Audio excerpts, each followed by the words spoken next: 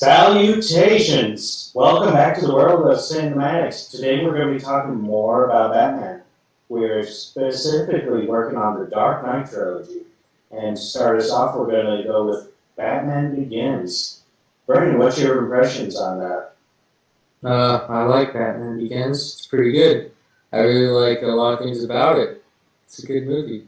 I especially like, what's his name? Qui-Gon Jinn? Henry Ducard. Or Ra's al Ghul. Ra's al Ghul is very good in that. Liam Neeson. I really like that interaction. I like the groundness of it all, the way that everything just goes together. But yeah, I like it. Very good, very good. Do you remember the first time you watched it around that age? Yeah, I do. I remember liking it. I remember it was very different from other superhero movies I had seen. And in some ways I thought it wasn't as exciting as those other ones, but I don't think that's the point of the movie. Excellent. And that's kind of true overall with the Dark Knight trilogy, where other films had, this difficulty of campy versus fantasy versus reality.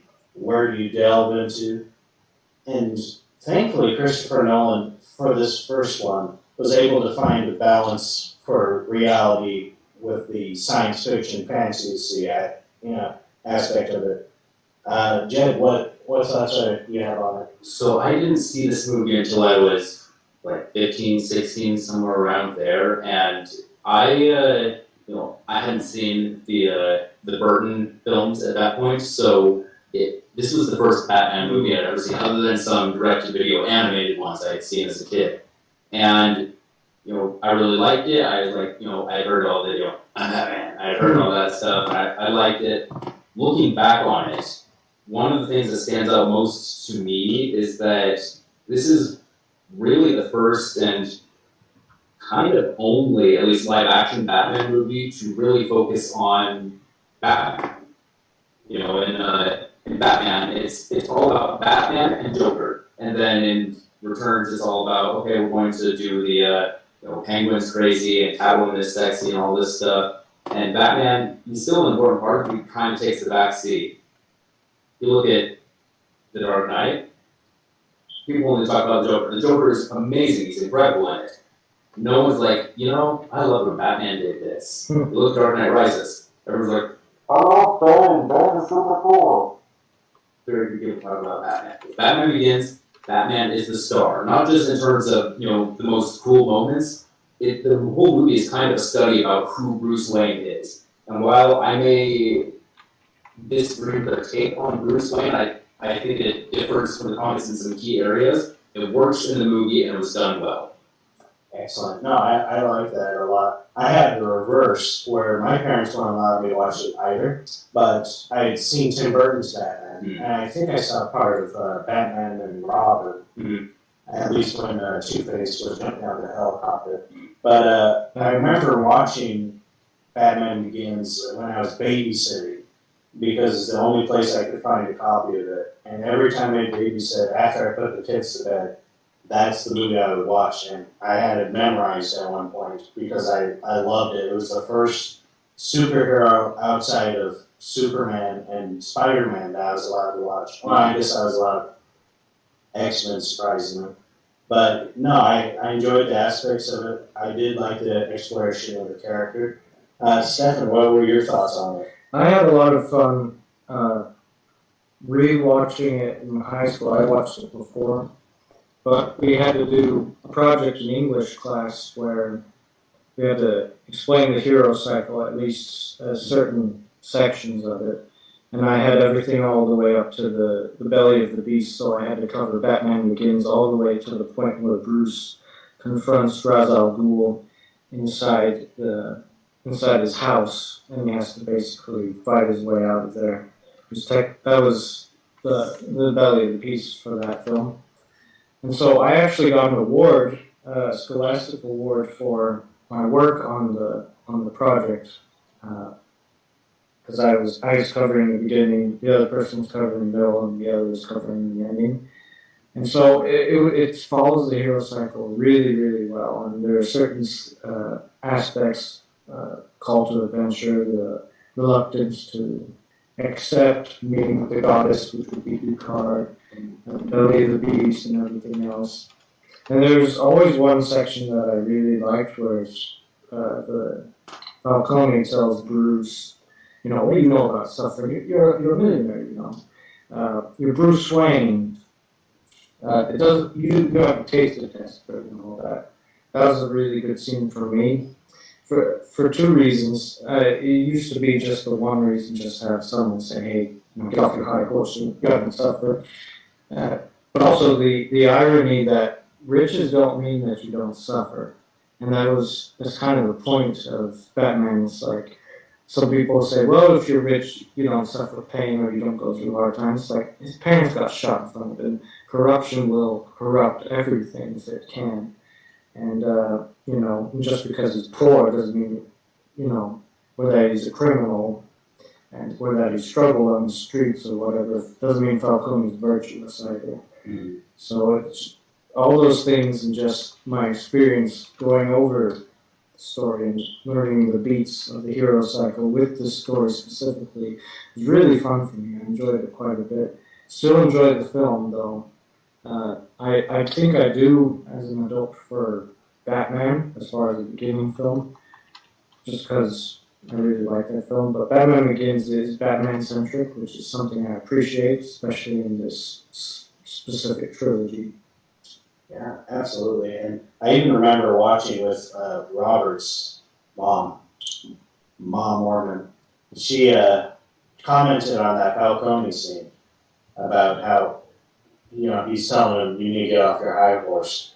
And it was funny because after we watched the scene, she just kind of looks over at us and is like, is it bad that I like this, that he's telling him to get off this high horse? And we're like, no, actually, that's great motivation for him. Going off of that, it reminds me of my favorite running joke in the movie is about the jacket, yeah. And that's what's kind of different about this one from the other ones. Not that the other ones aren't as good, but the humor in this one is very specific. I don't think we see it very much in the following two films. I guess every once in a while you'll get a line, but it's not, here's a moment for the audience to laugh. It's this character in a stressed out situation said something kind of fun. Yeah, exactly. I don't remember this, by the way. Oh, you don't? I don't remember this. So, he gets done talking to Falcone. He's like, I'm done. I'm doing everything. Not that. He's talking about his mom. I remember us all watching it together with my parents.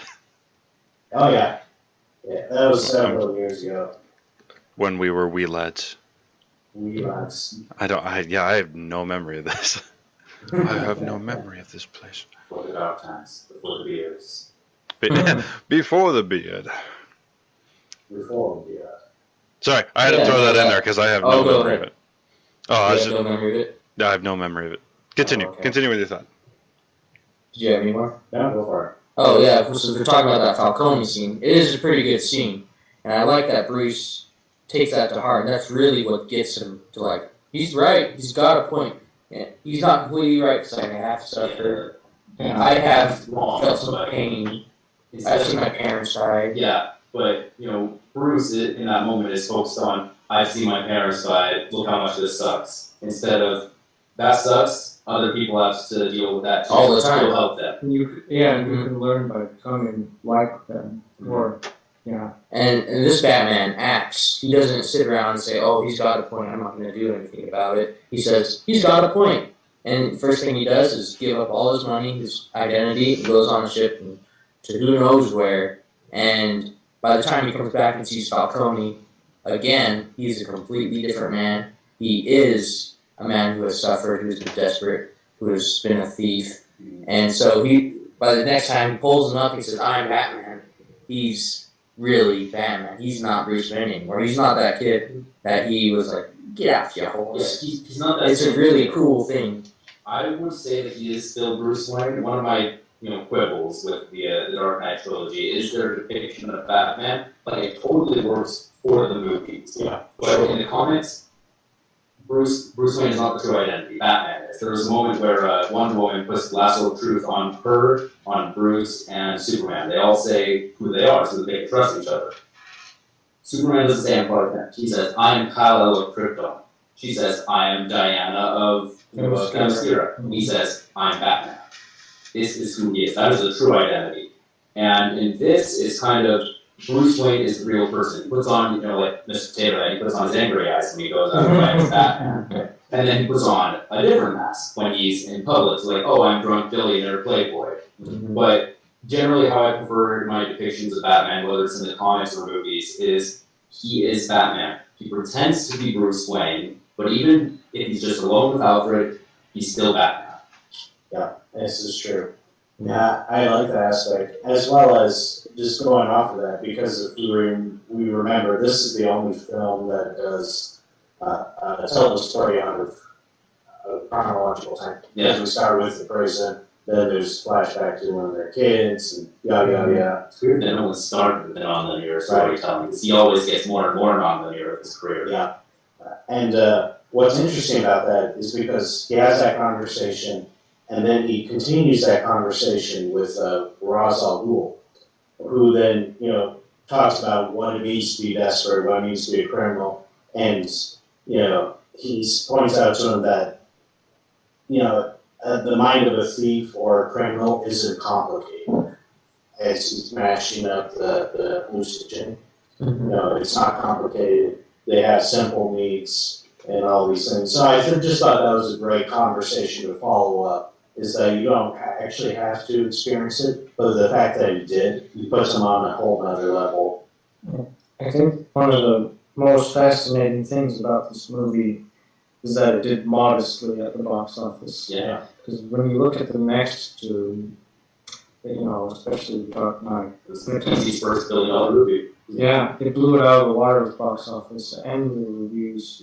Whereas this film is like, film reviews were like, $1 billion at box office, 70s on Rotten Tomatoes. Did well at the box office, reviewed well, yeah, wasn't going to be historic. right, and all these things, but it was enough. It was good enough that it could transition into justifying a sequel, which, a lot of people are grateful it did, in that it led to The Dark Knight and all that.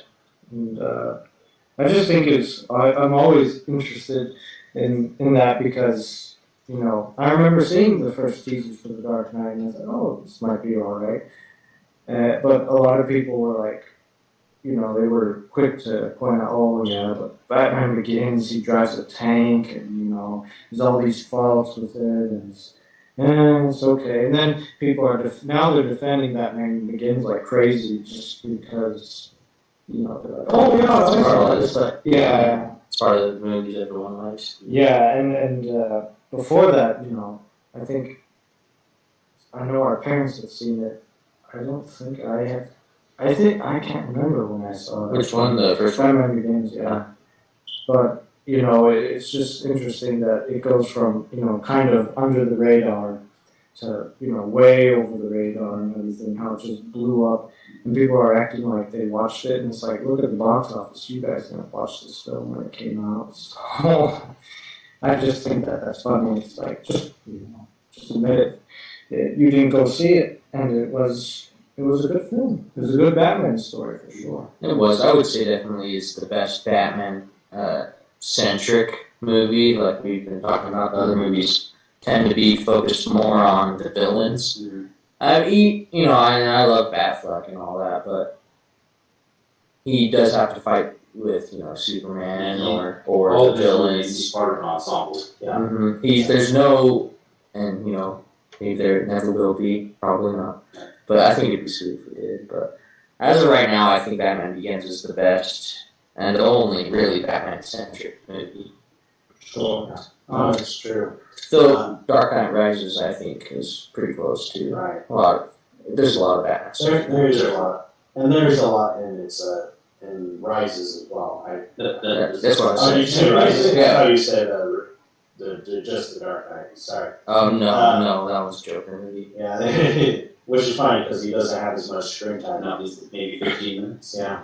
When you Yeah. compare the two. You don't talk about Batman, though, on that. No. I talked about that. But going off of the villains, what are your guys' thoughts of having Dr. Crane and Ra's al Ghul, Falcone, all these villains just in its beginning movie? What, I will say, Scarecrow, other than the Joker, for obvious reasons, is probably my favorite Batman villain.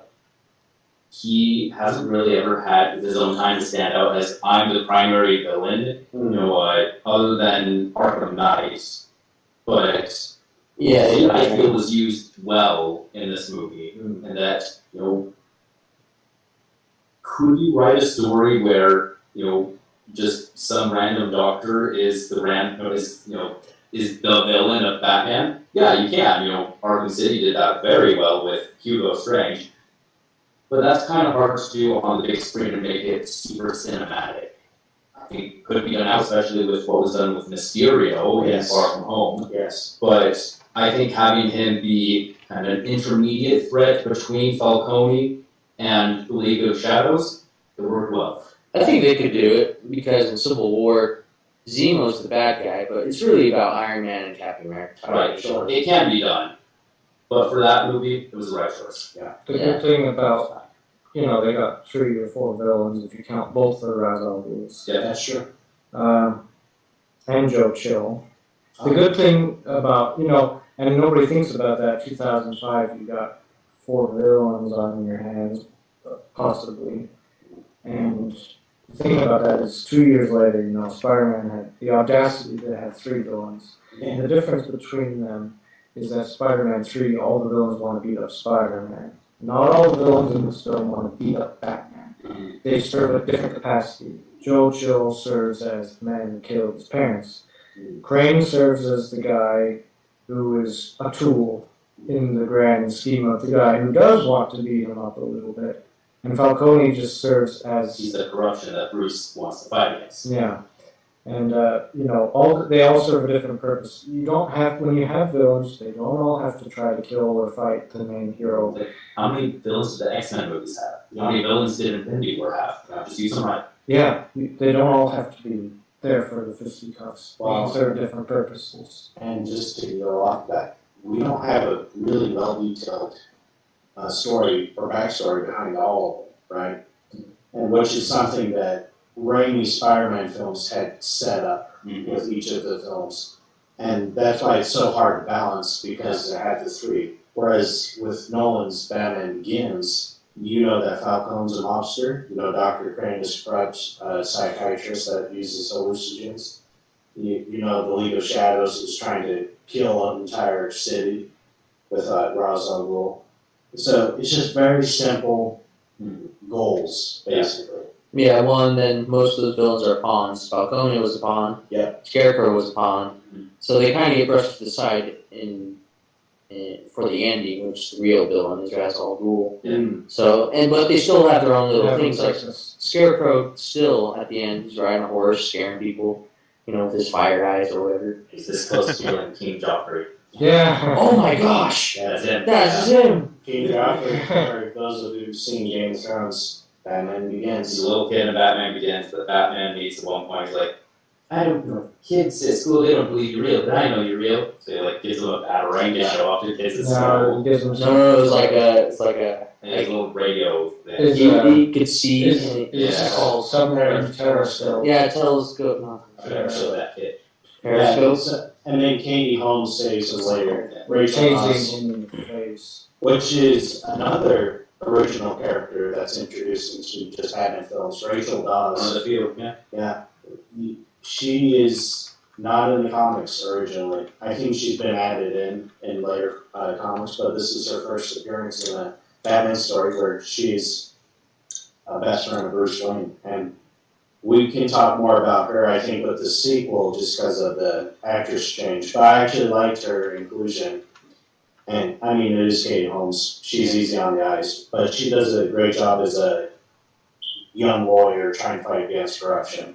Speaking of transitions, the ending of this movie, while technically I think the ending of the movie to, the ending of The Dark Knight is better, I mean, how great is this as a transition to like, hey, you like this movie, good, this is us just getting started. it's going to be serious next time. It's going to be bigger, darker, and guess what?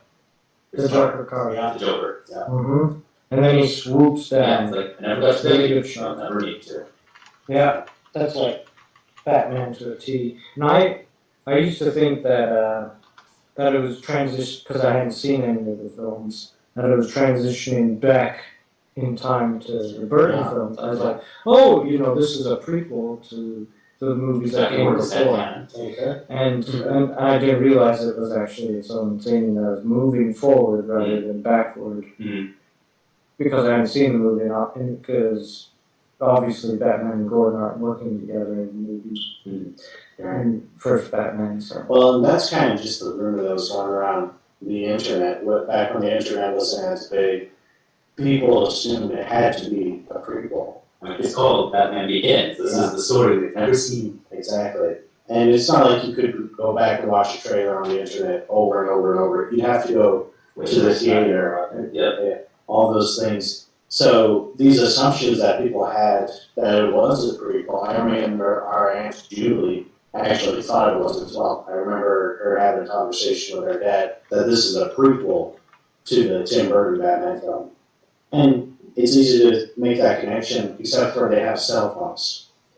Otherwise, you could argue that it could be. Gordon and Batman don't work together in Batman until the very end. That's true. Batman doesn't kill, although he breaks that rule of like, I'm not going to save you. Come on, I mean, You let him die. I like lawyers finding technicalities, but I'm still calling bullcrap on that. Yeah. And then that doesn't really work with Michael Keaton just killing everyone. But in many ways, you could kind of see it as just, this is how Batman became to be. This is how he begins. Who knows what happens next? We do. It's great. Excellent. No, it's true. Do you have any kind of thoughts on this one, Brian? No, it's good. Robert, you? It's a good movie. I watched it several times, and there's very few movies I watch multiple times. Sorry, I'm trying to get all these pictures for every time you guys bring something. I'm like, okay, I can throw this up. Wait, no, they moved on. No, what do I do? No, that's okay. It gives the audience to look at something rather than my beautiful face. But let's go ahead and transition. Speak about beautiful faces. I want to talk about Rachel Dawes for this next film about The Dark Knight. What do you guys think about the recasting of Rachel Dawes? She's fine. It's not the Is it recasting Katie of one. Holmes that was playing? In the first one. In the second first- is Maggie Gyllenhaal. Oh, Yeah. okay. Now I need to find a new picture. Yeah, so I don't mind the casting per se. I mean, it had to be done because of whatever reason. I'm thinking scheduling conflicts. I don't really like the change of the character. She seems snotty in the second film, like really mean to Bruce after where we left them off in the first film. I didn't feel like, and yeah, a year had gone by or whatever, but I didn't feel like it was a good transition. Smell. It feels a little bit like that because she's engaged to Well, she becomes engaged. she becomes engaged to Harvey Dent for 5 seconds, yeah. But it's just like she doesn't have to be snotty about Bruce and what he does, and just being like, oh, he said, I don't like her characterization a whole lot, which is why I didn't really care when she died. I know I'm not supposed to say that because it's the big moment for Bruce. But let's be honest, he got over it after one sad scene. He's just back to doing what he does. And I don't even, Well, I don't even care. the last scene of the movie with him and Two-Face is like, why am I the only one who's lost something? You haven't. Yeah. You're not. Yeah. And that's like the only other mention because all I remember after she dies is the Lamborghini crashing scene. And I'm like, oh, he seems fine. I mean, He's there's faking it till he Batman makes sitting it. down in his chair like, why, Alfred? I didn't think that bad things would happen when I was Batman. It's like, I thought that was the point of the first one, Yeah. Bad things are Alfred. Alfred, I thought they'd get that bad, I suppose, even though she almost died in the first Well, one anyway. So. It's true. He had gotten this sense of pride that he could do anything because the criminals were just being swept right out of their holes.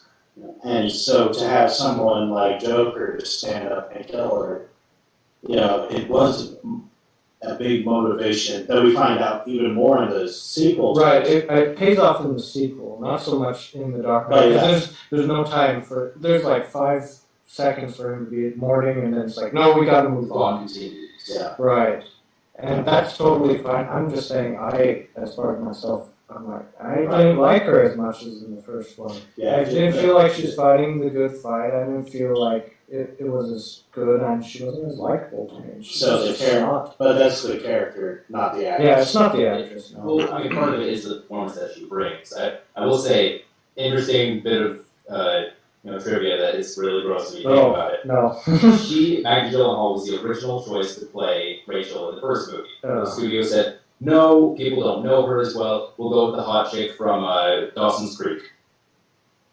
And then there was a scheduling conflict, so Katie Holmes couldn't come back for the second one, so Noel said, okay, we'll grab my original pick. Well, Christian Bale also wasn't the first choice to play Batman.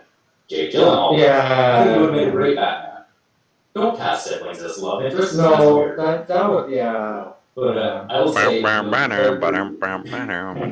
character of Rachel was written for Batman Begins to fulfill 2 purposes. One is to kind of fill Harvey Dent's role in the, because Nolan said he was very inspired by The Long Halloween. And Long Halloween, you have Batman, you have Gordon, and you have Harvey Dent. He's supposed to represent the law.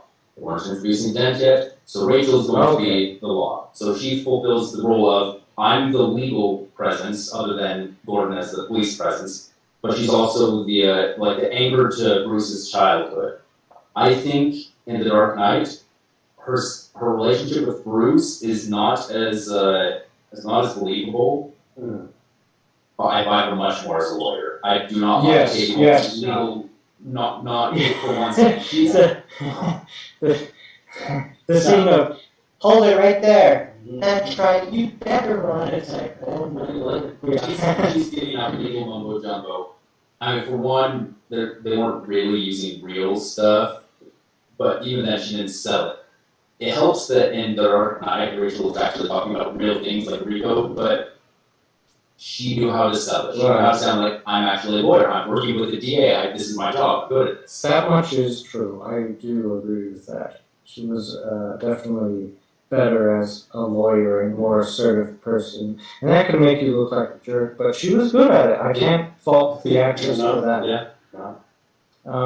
Any thoughts for you, Brent? I don't know. I guess she's cuter in the first one, but that's not all that matters. That was something our cousin's uncle, his name is Uncle Steve, we call him Uncle Dweeb.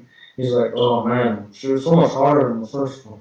I just watching, we're all kids watching it with him, like, drooling all over Katie Holmes. Like, I'll spare the specifics, but CinemaSins for their Batman Begins video, sometimes when Katie Holmes will deliver a line, alright, let's have a scene just for Katie Holmes. And then other times when she's, it's not so much that she's saying anything, so much as she's being Katie Holmes. Right. It's like, okay, we'll take a sin out for Katie Holmes. If only Tom Cruise would take us in off. Yeah. Too soon. Oh, I'm sorry. But other than Maggie Gyllenhaal in The Dark Knight, Even better. yeah, there's a lot of other things in the movie. Yeah. Yeah, I there's love definitely a movies lot and of cool things. Does not compare to Heath Ledger. No one does. Yeah, and that's where I was going to transition to. Like, this is the thing to talk about. Yeah. This is what everyone talks about. I'm just going to sum it up in one word. Nah. I was going to say goat. You don't. No, he's, for a lot of people, greatest of all time. I mean, when your competition immediately afterwards was Jared Leto, it's not very hard to beat. Yeah. Right. Like, personally, I prefer Joaquin Phoenix. When somebody says they prefer Heath Ledger, totally get it. Yeah. Legitimate.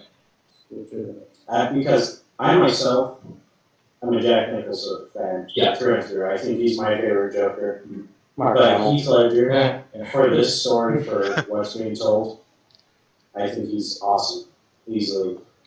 And there's the reason why people say this is a Joker film more than a Batman film, because it was the closest thing we had gotten to a real terrorist type put into a comic book film. like you've seen a little bit with Iron Man and what are those stairs? Iron Man. The 10 rings. The 10 rings. You know, that's a little more realistic depiction. But that's overseas. This isn't in America. Exactly. So to have that type of terrorist in America doing those things in a comic book film, it just hits you on a whole nother level. It wasn't, oh, this is, like, I mean, look at my comic books and see the bright flashing colors. This was serious. It's for adults. Children can watch it. Children are going to be scarred by it, Yes. but children can watch it. Yeah, going off of children can be scarred by it. Brendan bought the DVD once, and our younger sisters, they weren't even teens yet, I don't think. We watched it with them and, scarred them so much so that we threw the DVD away. That's right. You bought a new set. Oh, okay. Yeah. Yeah? Yeah, you bought the trilogy. I bought it separately? Yeah. Oh, okay. Yeah, you I just have bought the trilogy now. he just bought the DVD of it. Brendan was so scarred about throwing it away. And I'll be honest, Yeah. even as a teenager, the first time I saw this film at our cousin's, I was like, oh, I felt like, it had a decent and uplifting enough ending, but there was this feeling of like, ooh, been kind of messed up by watching this. And I didn't get that again until I watched The Last Jedi, but that's a totally different that was the prelude. Like, something not quite right. Not that the film was bad per se, but that it challenged the way you think, and it messed you up a little bit because of what it does to the heroes. Even though you could see Two-Face, falling a mile away if you know who he is, but just that transition, it messes you up, and the Joker can mess you up a little bit. As an adult, I'm fine now, so it's totally fine. It's more As a 15-year-old. and dour and, what's the word, like twisted and hardcore adult. The most R-rated movies. Yeah. You see people hold alcohol. One of the times you see people drink it is when it's poison and they die. It's never like, oh hi, I'm getting wasted. Right. There's some language, not a whole lot. The most sexual thing is you see people kissing it once or twice in the movie. Yeah. Very violent, very dark and serious. Yeah, the most sexual you get is, if he was Batman spending his night beating up people, I would know about it. Yeah, so they did everything they could to make it PG-13, but it's PG-13, and I'll never forget this. Part of the reason in the wording is for menace. Yes. And it is a menacing film. The Joker is menacing. Two-Face when he turns is menacing. And even Batman. I remember the first time when he drops the guy. I didn't think that was cool. I was like, this is messed up. Spider-Man wouldn't do that. This is, he's almost as terrible and ruthless to the bad guys as the villains are. But then looking back, it's like, yeah, he didn't carve into people's faces. Most PG-13 movies today should really be PG. This movie 100% earned its PG-13 and then some. Yeah. Mm-hmm. They got away with quite a bit, but they also they got away with murder. But the thing that I think about Heath Ledger's performance is, everyone with the internet was not kind. They said, it looked like the Joker got a hold of his mother's makeup, or a toddler got a hold of his mother's makeup. It's a trend in Batman films. Anytime this is past game, people say, this is terrible. They watch it in the movie and they say, I take it all back. Right, this is the first time They say Yeah. it really blew everything out of the water, this performance. Yes. Like, not only was it good, it was way better than you possibly could have imagined. And that was a surprise to a lot of people. I mean, everyone, I'd say. Because he's the pretty boy from A Knight's Tale or from Brokeback Mountain. He's not a legitimate actor. He can't pull off one of the greatest performances of all time. He can't touch Nicholson. And I think one of the smartest things he did, both him and his performance and also the script, they didn't try to ape Nicholson. They didn't say, okay, we'll be funny and goofy and over the top like he was. He said, no, I'm going to dress like a clown. This is going to be 100% serious. And the professionalism that you hear about behind the scenes versus someone like Jared Leto, where he's sending disgusting condoms and rats and what have you to the other actors. It's you're not acting first off, you're not being professional. Second off, you're not acting like a Joker. You think you're a method actor or something. Yeah. Heath Ledger was, as far as we could tell, Aaron Eckhart talking about him, was like, yeah, he was professional. He was courteous. He's a good guy. And when he got into it, it enhanced my role, and I think Aaron Eckhart is underrated in that film because of Heath Ledger. Everyone is underrated because of Heath Ledger, and he's the greatest strength and the greatest weakness. Good luck trying to find a review that will, totally crap on this film. I've tried. Good luck, but Heath Ledger is the greatest strength and the greatest weakness because everything else comes second to him. Yeah. Batman comes second to him. Aaron Eckhart comes second to him. Everything comes second to the Joker in this film. Like, one of my favorite things about the character of Batman is just, his superpower isn't he's rich. His superpower is his sheer willpower. No one can make him back down. No one can stop him. And he does not try to walk forward in the Dark Knight. Everything, even if the Joker's not on screen, is dictated by what he has done or what he is going to do. And Batman is a reactor rather than an actor in his own movie, which works for the movie, but it's not the greatest showcase of Batman. No, absolutely. And Brendan, did you have any thoughts? Sure. I would say it would be cool if we got a Batman movie that made you think, if Batman made you think as much as Joker did, which is 15 minutes I think roughly 15 minutes of screen time. 15 minutes of screen time. If this next Batman movie is as deep and as cool as we all want it to be, I hope it makes us all have that thought process of, just really think about life and, stuff like that. I think that'd be sweet. No, absolutely. In fact, the first time I saw the bank robbery scene in the film, and you discover as the mask is lifted, and he changes a saying that you hear all the time, whatever doesn't kill you makes you stronger. But then he takes it off, and he has that slight accent, and then kind of New York, and he goes, strangers, and it's almost a growl, and you're just like, what? And then that perfect smile. Yeah, just a sweeping grin. Like, it just comes out of nowhere and leaves. And then leaves. And then he puts he has that grenade in the guy's mouth, and it's connected to the bus, and you think, oh, it's going to blow up, because he just killed the rest of his crew, right? And he strike them all, but then the smoke comes out, and that's it. Yeah, he doesn't just enjoy killing people; he enjoys torturing people. Yeah, in their mind, exploring, messing with them, making them realize they're like him. That's the victory. Yeah, and Harvey Dent was probably his greatest achievement.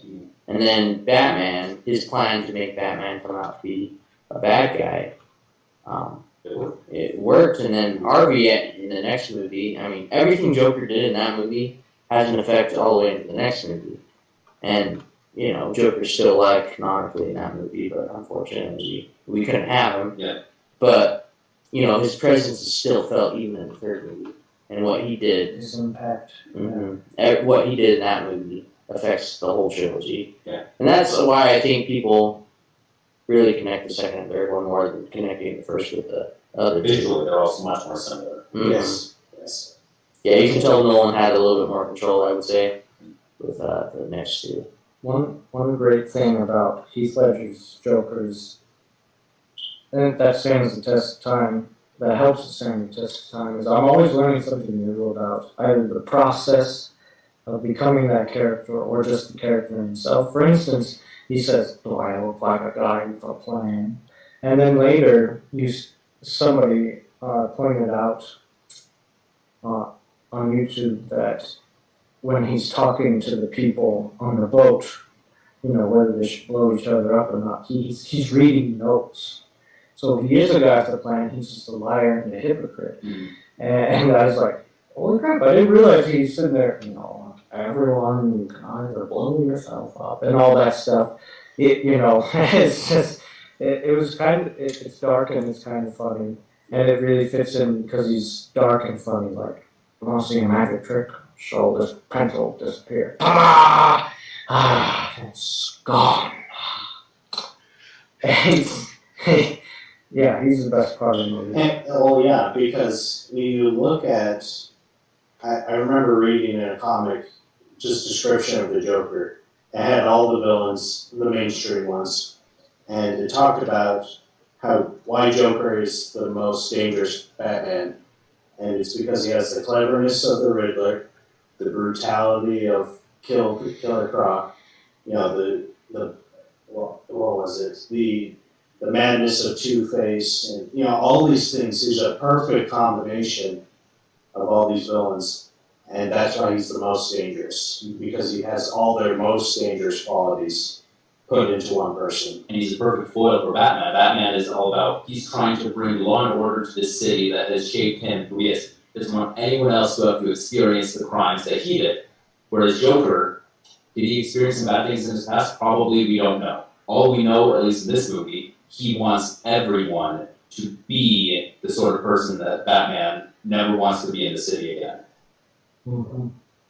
It's, as he says, it's for this. Do you really think I'd lose the fight for Gotham's soul in a fist fight, And he always has his contingencies, like contingencies on top of contingencies, if you want to nitpick. It's like, how do you plant a bomb in, the boats, or in the hospital, or here or there? And if you don't look at it that way and just say, hey, this is just what he does because he's the literal embodiment of chaos, then it works. But if you think about the things and all the intricate detail, where did you get the bazooka, all these things, it's like, well, how did you manage all this? You have a lot of off-screen stuff you're doing that's pretty intricate. It's one of the biggest movies, for me at least, in terms of plot holes. They're everywhere. Loaded with And so, if something where, you say, like, this movie's objectively bad because it has X number of plot holes, watch this movie, it's not for you. Right. It does, like, everything else so well that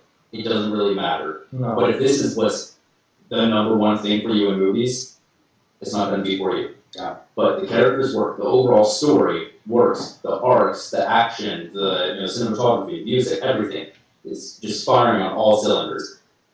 But there's no way that Batman would be able to get fingerprints off of a shattered bowl by shooting that same gun into a brick wall. There's no way that Joker would be able to plant all those bombs and know where everyone would be exactly where and which people would go to which locations.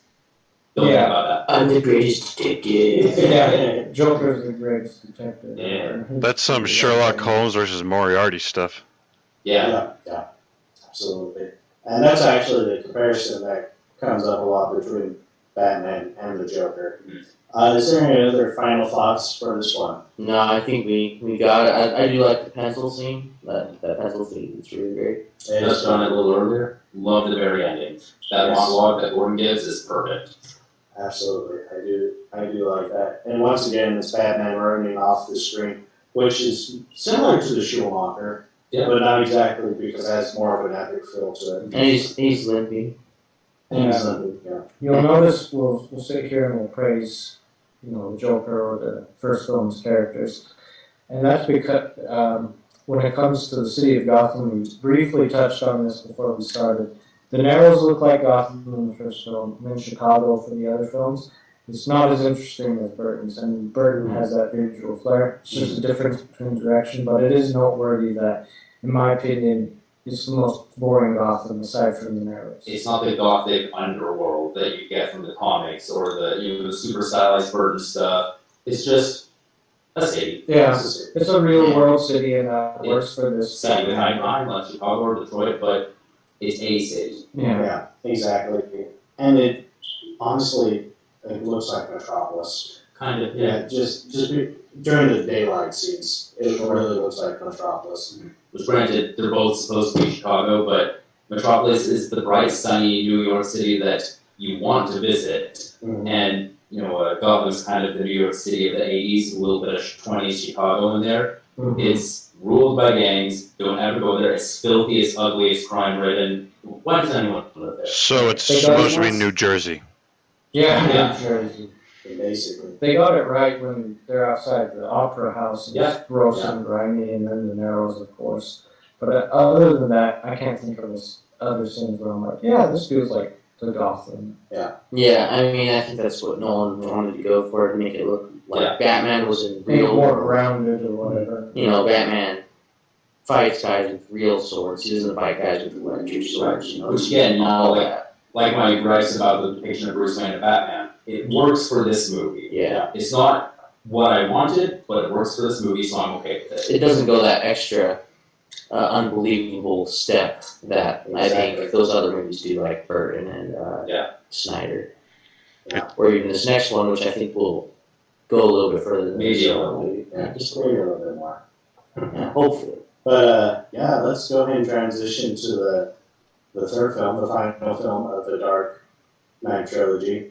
And I'm sorry, I can't hear you. Oh wait, yeah, that's the movie, kind of. That's kind of the movie. I forgot where I heard it, but I think it was Honest Trailers talked about. It's hard to know what's going on when you have Christian Bale's growling and Bane's Tom Hardy's. Gordon half the movie in the hospital bed. Yeah. So what's going on? Oxygen tank. My favorite part of this movie, if I can just start this one off, is probably him crawling out of the hole. I really like that whole sequence. I can't say I like the finale battle because it just seems like all the Batman cops. in the daytime feels wrong. Yeah, and just this army of cops. Yeah, beating up an army of socialists. It's just kind of One of them in their dress blues carrying around a pistol. I think he had a 1911 as well. I will say, in terms of sheer spectacle, this movie did what I want more movies to do, and that they will do incredible things and they'll do it practically. They will use CGI to enhance certain moments, like the opening, the plane heist. They actually did all of that. They removed a few harnesses and stuff with CGI, but like they actually were tearing a plane apart in the sky with other planes. It's incredible. Or the football game scene. They actually did have people running down the field away from explosions. They weren't having it crumble down into the giant hole in the earth, but there were controlled explosions that they were running away from. If more movies actually cared about the craft that goes into it, and then using a little CGI to polish it up, moments in those movies which maybe didn't work the best in the plot or whatever, they become memorable and worth seeing on the big screen because of the effort put into it. And thankfully this movie does have a lot of work put into it because, oh boy, the story's not the greatest. No, it's all over the place. It's but I'm glad you touched upon the plane sequence because revisiting it after 2012 and a little after when I watched it, just the practicality of how they did it and, the miraculous nature in which they were able to accomplish it and do all these amazing things, and even going back to the Dark Knight, the flipping semi-truck, all those things done practically, it's like, it really makes you appreciate it, especially since we've seen more and more of these action sequences where you're like, even the cars are fake. They're not flipping cars like they used to or whatever. And these, it's bad when a car looks fake in a superhero film or an action film, where everyone's on a green screen. It really makes you appreciate the willingness to go practical on some of those things. And I want to drag out the practicality because I don't want to talk about the plot of this movie, but I would say we should. It's usually cheaper to be practical. It's more work in advance, but it is cheaper. That's one of the reasons why the upcoming movie, The Batman, budgeted $100 million. Watching it, or at least the trailers, one of the most expensive movies I've ever seen. It's up there with Doom. Age of Ultron costs like $300 million, and it looks like it's a whole bunch of CG. It's just images from a computer. Exactly. But rounding back to what Brandon was said about Batman coming out of the hole, I do like those sequences because it was almost like a good return to Bruce Wayne and Batman. And it's a shame because the finale, like we've been discussing, as far as the overall spectacle, like there's some good spots, but man, when you leave us with the airplanes being torn apart, a football field blowing up, the bridge is blowing up, and then you just have a bunch of fisticuffs, and then he takes out Bane easily. Catwoman takes out. Yeah, Catwoman takes out Bane. And then Talia al Ghul is just like It was me and the city's too. Yeah. It becomes a car chase with a helicopter. I think no, which is a shame because you watch the previous film, that car chase, or even Batman Begins. Yeah. or even Batman Begins. Car tank. It uses his tank like a ninja. Yeah. Yeah, I'm hopping on They're like, have a Snickers, you're not human, you're hungry, and it turns into a real Batmobile. Yeah, I will say, Crush the world. in this movie, I go back and forth by the day which action scene I prefer, but it has one of my top 2 favorite Batman action scenes ever. Oh. For me, it's either the warehouse scene from Batman vs. Superman or the first fight with Bane. It's not cinematic at all. It's just no music, long takes. It's just he's inexperienced, he's outmatched. This is tense as crap. He's screwed. Yeah, and that was one of the complaints my brother-in-law had. He's like, okay, what kind of fight is this going to be? And when he saw it was kind of more realistic, he's like, oh. Not that he doesn't enjoy those, but when you do go to a comic book movie, you do want a little over the top. Right. It's a hard balance there. But I tend to agree with you. I do like the realism of it because if you're not going to do the steroided out Bane that just can break The size of a car. the size of a car or something, then yeah, he has to be able to beat the crap out of him very easily, very quickly. And I love the part he's jumped down, he's glided down, and then you see Bane just going down the chain like it's nothing. Yeah. I love that. He's stealthier than Batman, he's smarter than Batman, more equipped than Batman, he's in his prime, whereas Batman is well past his prime. It's just a sequence where you're like, okay, Batman has this, these guys just don't do anything. He's stealthier. No, he's not. All these things he cannot do what he needs to in this movie. Yeah. Right, and it's tricky, especially being grounded. And I do appreciate the differences made between Warehouse versus this. Is that it's more grounded, more realistic, because this is very hard to pull off the realistic and making it flashy enough that you're like, okay, this is still kind of cool to watch because it's not necessarily cool. It's Batman getting the snot kicked out of him. Yeah. And and it's difficult when you're in that armor doing this sort of choreography. I feel like he's always like smacking people with like this, the spikes or his elbows or something, which is fine. The only thing that comes to mind where it's flashy enough and yet still grounded enough that's cool, but still grounded is Daredevil, but that's totally different. Yeah. Universe and everything, but it is hard to pull off. This trilogy has great car chases and great stealth sequences, all that stuff. In terms of just sheer hand-to-hand combat, it's not the greatest. No. Especially since the worst fisticuffs, the arms hand-to-hand, was just previously with him and Catwoman on the rooftop. Easily the worst fight. Okay, still better than Schumacher's, because they are on wires and whatnot. Oh, yes. But this is probably in the top 5 least favorite Batman fights. And I'm not including Adam West, of course, because those aren't fights. Yeah, those aren't fights. Yeah. His are the best. I don't know what you're talking about. Speaking of Catwoman, I like her in the movie. Yes. Very forgettable as years have gone on. Yes. Yeah, that is the unfortunate. Were you saying something, Robert? Yeah. No, he's defending Adam West. 60s Batman. Yeah. He's saying those are the best. Adam West was the best. Changed my mind. I will say something. He wore his underwear on the outside. I feel kind of conflicted The about best. Batman Rises, because usually I'm the one who's like, I don't really care about the plot. I like it if it has a good plot, but I don't care. What I care about is like, what is the character going through? What is their experience? What is their journey? And it's like, I'm a big defender of the Star Wars sequels for a lot of those reasons. Mm-hmm.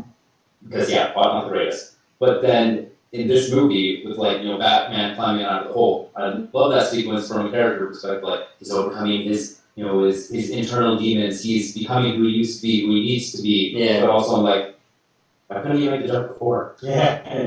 He needs to take the rope off. I think it was weighing him down. Yeah, it's too heavy. And his broken back is healed by getting punched.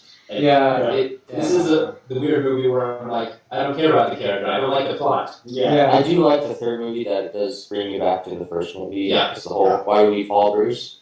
It really, really takes that Yeah. literally. It expands it. It blows up the idea. He's in a deep, deep hole, deeper than the hole he fell in when he was a little boy. So in a way, he's that little boy again that doesn't have anything. He lost his parents. So I guess, I mean, he's kind of like jumping to across universes. He's kind of like Ben Affleck, who fell in a hole after his parents died. Yeah.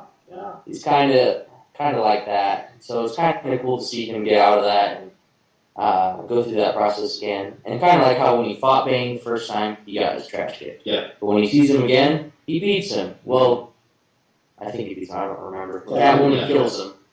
Oh, yeah, the girl stabs him. He beats him. Not Catwoman, the bad guy. She stabs him and all that. Blah, blah, blah.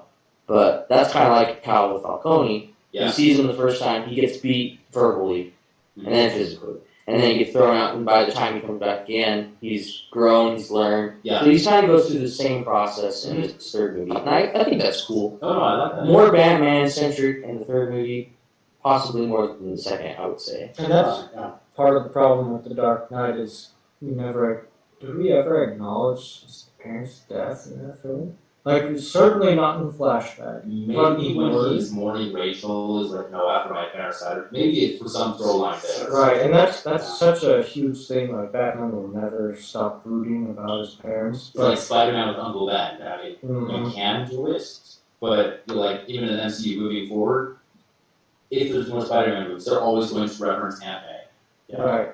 Yeah. And so that was something that I felt was lacking a little bit in The Dark Knight that I'm glad that you mentioned for Rises is that he needs to have that motivation of his parents, not just because it's sort of like, why are you taking this all on the chin so much? It's like, well, it starts with your parents, then it can be Harvey Dent and the good he's done and saving face or whatever. Every superhero's origin story is how they got their powers, except that his origin story is about him being trained by ninjas or all these degrees he has. It's watching his parents get shot. That made him who he is, and just completely ignoring that in Dark Knight, it does feel a bit off. Right, It does. and so going back to it, I agree. It's much stronger for the character. It does him much more favors to whether it's brooding or being motivated by it. Both can be helpful to bring light to the aspects of Batman that we like, the perseverance, the dark nature, all those things. And that's one thing that it does well. But until we get to that pit scene, it's just a lot, for me, a lot of pointless drama. Like, I'll say, I don't want to bury another way. I like Michael Caine as an actor, and I like his Alfred. Not my favorite Alfred. Just watching him blubber and quit on Bruce when he needs him the most. And this is easily the most stable Batman we've had. Yeah. He's like the only one that wants to retire. All this stuff. It's just hard to watch and take Alfred seriously. It's like, really? You're going to ditch him? How many scenes in this movie do we need Batman Mendelsohn rambling about, stocks and different options for corporate takeovers? It's like, move over, Newt Gunray, and we got a new guy talk politics No. or whatever. But that said, speaking about the villains, I do love Bane in this movie. Yes. Easily the best representation. The only problem I have with him is Talia al Ghul. Yeah, it's not even the voice. Because Bane in the comics, yes, he's big and strong. He's smart. He's driven. And he wasn't this movie until you realized, he wasn't the brains behind it all. It's all Talia. It's just a big head. It felt so tacked on. So She's poison ivy, he's Bane. Oh my word, it's the same. No! Wow, it's so true because we have that awesome airplane scene. Yeah. Because she gets Batman in bed. She's totally poison ivy. Well, She doesn't care about that. And she doesn't care about that stuff. nuclear that's science. But now going back to Bane, we have this opening scene with him that almost rivals Joker's Baker. Thanks. Baker, he rolls the baby. The banker. But the bank scene, and then you have Mickelson, as you were talking, what Mickelson? Mendelssohn. Ben Mendelsohn, Yeah, that's it. Ben Mendelsohn. He's talking about stocks, and you're getting bored with him. But the moment Bane puts his hand on top of his shoulder, you feel in charge. It's great. It's such a great scene. Like, you know he's going to die. There's no escape for him. Just a simple crack from Bane, and it's over. I love that scene more now. It's aged even better because on how it should have ended, parodied it in the Rogue One, where Ben Mendelsohn plays Director Krennic, and he's like, am I still in command? And Vader puts his hand, do you feel in command? It's like, ooh, that was a good parody of that. Good reference. Mine very much feels like something Tywin Lannister would say. This is his, you are no true king. Yeah, exactly. Oh, really? Yeah. What do you think? Is that supposed to make me feel less powerful than you? It's very much the I am the captain now, but on an even more dangerous level because he doesn't even need a weapon to take him out. He's kind of quiet about it too. Yeah, exactly. Do you feel in charge? I'm paying you money. Gotham's reckoning. Yeah, I'm paying you an inordinately large amount of money. That's supposed to make me feel less powerful. And power. Money's already been spent. I have it. Yeah. So honestly, no precious armor. Anything from him is quotable and funny. Yeah, to pull it over the top. In retrospect, that's not Tom Hardy. There's no way that's Tom Hardy. In all of Tom Hardy's movies, he's very recognizable. Like the cover of his face, sure, but it's always the same grunts. Always exactly. Yeah, not Tom Hardy. It's weird and given his filmography, but it's great. I was just about to say that as far as the first comic book movie entry, you don't know who it is. Just physically, he looks different as well. Mm-hmm. Like you can kind of see it in his eyes, but not really. Yeah, because he's bulked up, he's bigger, he's talking with a different accent than he normally does, and man, it's just so awesome. I'm just so upset that Talia Cool was the big baddie. Maybe he said he's clean shaven. He always has a little stub in his movies. That is true. Yeah, Black Warrior, or when he plays Eames in Inception. Mad Max. And like you said, Ruffy, Ruffy and Grumbles. Well, and he's kind of arched over in a lot of his movies. Yeah. And this one, he stands tall, sophisticated, like. It's probably right. The lifts. It's probably the high heels he's wearing the whole film. Yeah, it's funny you say that because Christopher Judge, for those who don't know who that is, he in the newest God of War, he was Kratos. But he's also Teal'c in Stargate. He's a big dude, and he's bigger than Tom Hardy.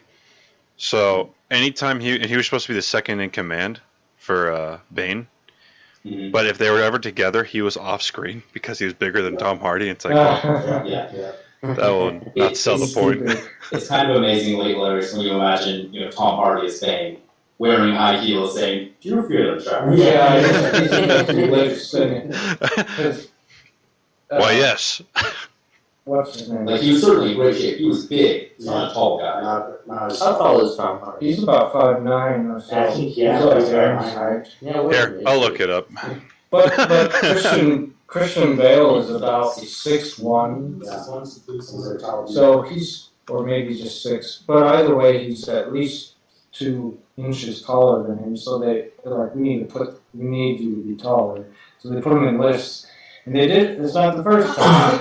Cyclops and all the X-Men had to be in lifts when they were with Hugh Jackman just to be at the same range as him. So. Yeah. So Tom Hardy is 5'9" and Christian Bale is 6 foot. Cool. Okay. Couple inches on him. Yeah, they need him to be taller. Yeah. So, but yeah, I agree with Aaron. And I think we all agree that the Talia reveal was like kind of a slap in the face, and even worse for me, on top of all the insult to injury, we see Bane weeping Oh boy, I did not like that. Because I was in, this is only reviewed like 30 seconds ago, and I'm going to die 30 seconds from now. I don't like. So your guys' plan is to blow each other up, and you're in love with her. Just blow each other up earlier. Like, you want Bruce to live and see Gotham blow up? Blow it up. You both could have just gone to the pit and blew it up. This isn't even touching on, oh, by the way, Joseph Gordon-Levitt is Robin. Oh, by the way, Batman didn't die at the end, he survived the nuclear blast. There's all these things where it's like, in the Dark Knight, you can ignore those things. There's a lot to love in the Dark Knight Rises, but I can't ignore those things. Right. Yeah. I didn't even think about all those, honestly. I had no idea. I didn't even think about that, what their plan was even. Like, I always, I guess, assumed that she was doing it because her father was a bad guy. But I never hated my father to the day you took him from me. And it's like, which is it? Do you hate him or do you want to finish his work? Because if you just said, I wanted to finish his work, I'm on board. But first thing before that, you say, I hated my father. Yeah. So he said, well, first off, he saved your bacon. He saved Bane's life. Why did you hate him? They never tell us. And it's like, oh my word. Oh. And not to mention, they built up Bane to be perfect successor to Ra's al Ghul because they call him an extremist. Too many extremist destiny. Exactly. And he's the extremist to the extremist, which is such a great build-up for a character. Like he's to be, Like when the man is like, yeah, we burned Gotham to the ground. Look what, we burned London to the ground. Look what we're going to do here. When he's like, that guy's too much for me. Yeah, it's like, we need, he disturbs me. It's like, he doesn't just want to, rebuild from the ground up. He just wants to blow everything up or whatever. It's like, yeah, that's scary. Yeah, it was the perfect escalation from Ra's al Ghul to Joker to this even more extreme. It's just perfect. Everything you've been told. He's doing it out of love. She has a lovely voice. Yeah, she's like 8 years old. And she jumps out of the hole, doesn't she? Yeah, she climbs out of the hole there. No, she's like 8. That's pretty impressive, huh? It's an impressive jump. Yeah, a full-grown man named Christian Bale couldn't do it. Yeah, how did she do that? It's like no grown man could do it. She didn't have a rope. Focus on the character, it works wonderfully. Don't think about the logistics. Yeah, now that I think about it, yeah, the whole Talia thing did feel kind of like out of nowhere. Right. It's like, oh, okay. Hey, Brendan, I know how to answer that question for you. She didn't have a rope. Oh, yeah. Oh, my God. She didn't have the rope. It wasn't Once Christian Bale got rid of the rope, he was able to do it too. So thinking about the Talia reveal, I would have done it just a little bit earlier. When he goes to talk to her, does she free her? I can't remember. But there's that moment where he's snuck back in. I think that would have been a perfect time to do it because then there's enough build-up. And you can still have the big fight with Bane. He can be the mini boss you need to fight before you take down the boss. She's the person behind it, but he's the one you need to worry about in the fight. Exactly. And then that way, you as the audience don't feel like it's been just tacked on. Yeah. Because there is build-up towards it. We don't know much about her past. We do know there was a child that escaped from the prison. We know that the child had a protector. So there is build-up towards it. But it's just put in so late that it feels tacked on. And I feel like they could have gone away with kind of how the Dark Knight was, where they had their own agendas. It just so happened to be in the same movie. Yeah. Like, Bane didn't need to have any clue that she was about to blow up everything. He could have been like, I'm just trying to reorganize this place for my own reasons. I just like ruling over the anarchy. Yeah. It's bad when a reviewer criticizes Bruce's and her relationship in the film. I'm pretty sure they were not religious. This reviewer I read way back in 2013. But they're like, did we really need a sex scene with Bruce Wayne? I mean, they didn't show the sex, obviously, but it was implied. Like, do we really need a suggestive scene with Bruce Wayne and Talia al Ghul? I get that he's on the rebound or whatever, but he's been a recluse for 8 years, hasn't cared about it since then. They have chemistry. And they don't have chemistry. Did they just give into their lust? Like, what's her goal? It's just, I just wanted to I just wanted to make love. She sure showed him. Yeah, I just want to have Damien. it's bad when Hollywood, a critic, goes so far as to say, that didn't even work. Like, the sex didn't work here. The relationship didn't work here. And I didn't buy it. And the only reason I could see why they would do it is because it is from the source material. They are lovers. But they are introduced because of Ross. And they actually are lovers. She doesn't hate them. Exactly. And they actually do have feelings for each other. So it's one of those adaptations where you're like, you could have left that. It was. You could have just left her out, if I'm honest. I really do like the Bane idea. Yeah. How many times do you think during their script writing they were just like, and then this happens? Well. No one will notice, right? I don't think anyone will notice. A little bit. Yeah. Like a kid is like, and then he crawls out of the pit, and then he gets back to America. We don't know how. And then he shows his face to Lucius Fox and Talia al Ghul. And then precious time, painting on the side of a building. And then, the trail all the way to where he would be. I think Brandon Lee's going to sue. So, Somebody in the table, I was just like, how can we introduce, like, Damian Wayne? Let's have them sleep together. Wait, and then someone on the other side, and then she'll blow up. And then, then she'll die. Yeah, no Damian Wayne. Yeah, it's just, the ending falls apart. Though, I do remember watching it and thinking, man, this is the first time I've seen a superhero film where the ending is good for the hero. And it's, knowing better the character of Batman, it's like, Batman never wants to retire. Yeah. But this version of Batman does, and it works for him to retire and raise his glass to Alfred and all that. It's like, wow, because Tobey Maguire, he ends with his best friend dying, and his relationship was shaky with MJ. And at that point, Wolverine, all the X-Men, half the X-Men were killed by the Phoenix or whatever. Yeah. All those things. I was like, man, superhero endings so far are a bummer. But it was nice to have this ending. This is the first pleasing, wholesome ending. Where it's like, you just have a nice ending where you get your sunset or whatever. Yeah, Batman doesn't really get that. Yeah, so it was nice to get that. I'll say just in closing for me, in terms of thumbs up or thumbs down, Dark Knight Rises is a thumbs up.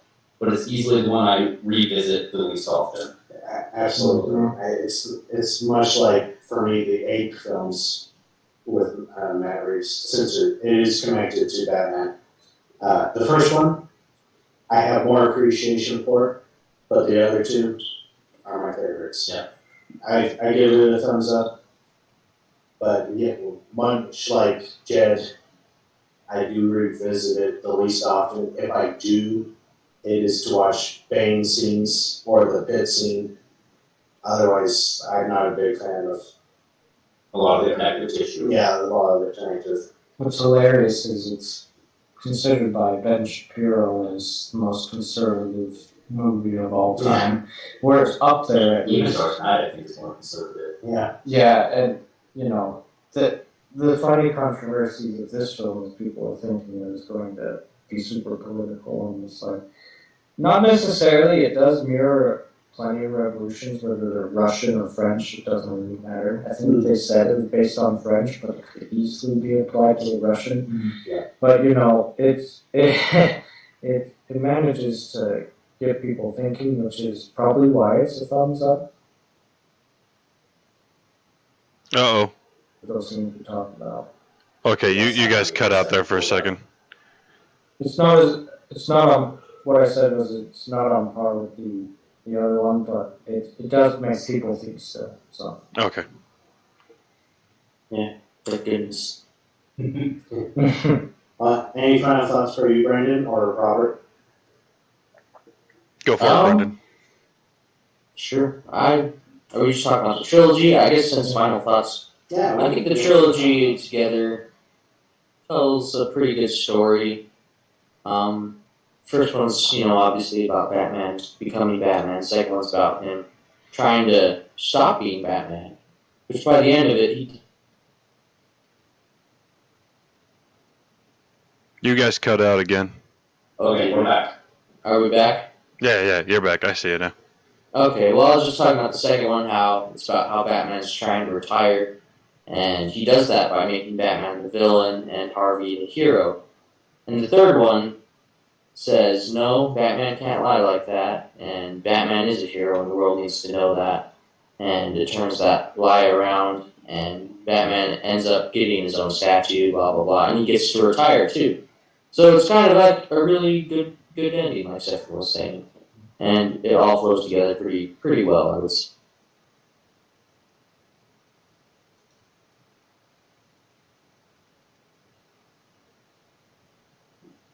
You're frozen.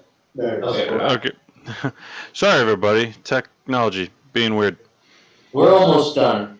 Yeah. But yeah, just there's a lot of plot holes I didn't know about. That's all you guys talk about. I don't like sit and think about these movies a whole lot. Not my obviously I haven't been talking as much as like Lord of the Rings because those are just like prime movies. They're near to our hearts. Yes, but Batman, the Nolan trilogy, I get why everyone likes it, I guess. But to me, it's just, yeah, they're cool. They're cool, and they're dark, and they're grounded and all that. But they're not like my favorite movies of all time or anything. Yeah. So, but it's a solid trilogy, I would say. And my final thoughts on the trilogy as a whole is they need to stand on their own. I know there are people out there who are saying, hopefully we can get Christian Bale back with multiverse and all that. No, that would. And yeah, exactly. As soon as he faces a parademon, he's toast. Because he's not that kind of Batman. And he needs to stand on his own. I think he wouldn't mix well with the other heroes if he were combined with them. Keaton works because he embraces the fantastic. Yeah. These films don't embrace the fantastic all that much. So it's important that it stands on its own and it's its own thing because of those reasons, because it doesn't embrace the fantastic. And that's okay. It did what it wanted to do really well. All right, Robert, close us out. All right. Ditto. Yeah, I agree with kind of what Brendan was saying. Although I did notice plot holes because I like making fun of things, and that movie did a great job of giving me things to make fun of. And yeah, that's kind of my thoughts on it. All right. So time to close out. Yeah, as next week we're going to be talking about the DCEU iteration of Batman. Okay, I'll talk about this one. Yeah, a lot of people thought was going to be terrible, and well, spoilers for next week, wasn't. But yeah, we'll thank you for joining us. We'll close out by remind you to like, subscribe, share this with your friends. It's the best way for us to grow. And go ahead and leave us your thoughts down in the comments what you thought of the Nolan trilogy. Nah. And make sure you follow our social media @of Cinematics on Twitter. And subscribe. We need support. Look, we're using Zoom. We need support, please. How many times have we cut out? Oh, because you haven't subscribed. Yes. Thank you. We need you to subscribe. We need. I should make that a post. Make a poster for that. We need you. We need you to subscribe. All right. See you guys next week at 7.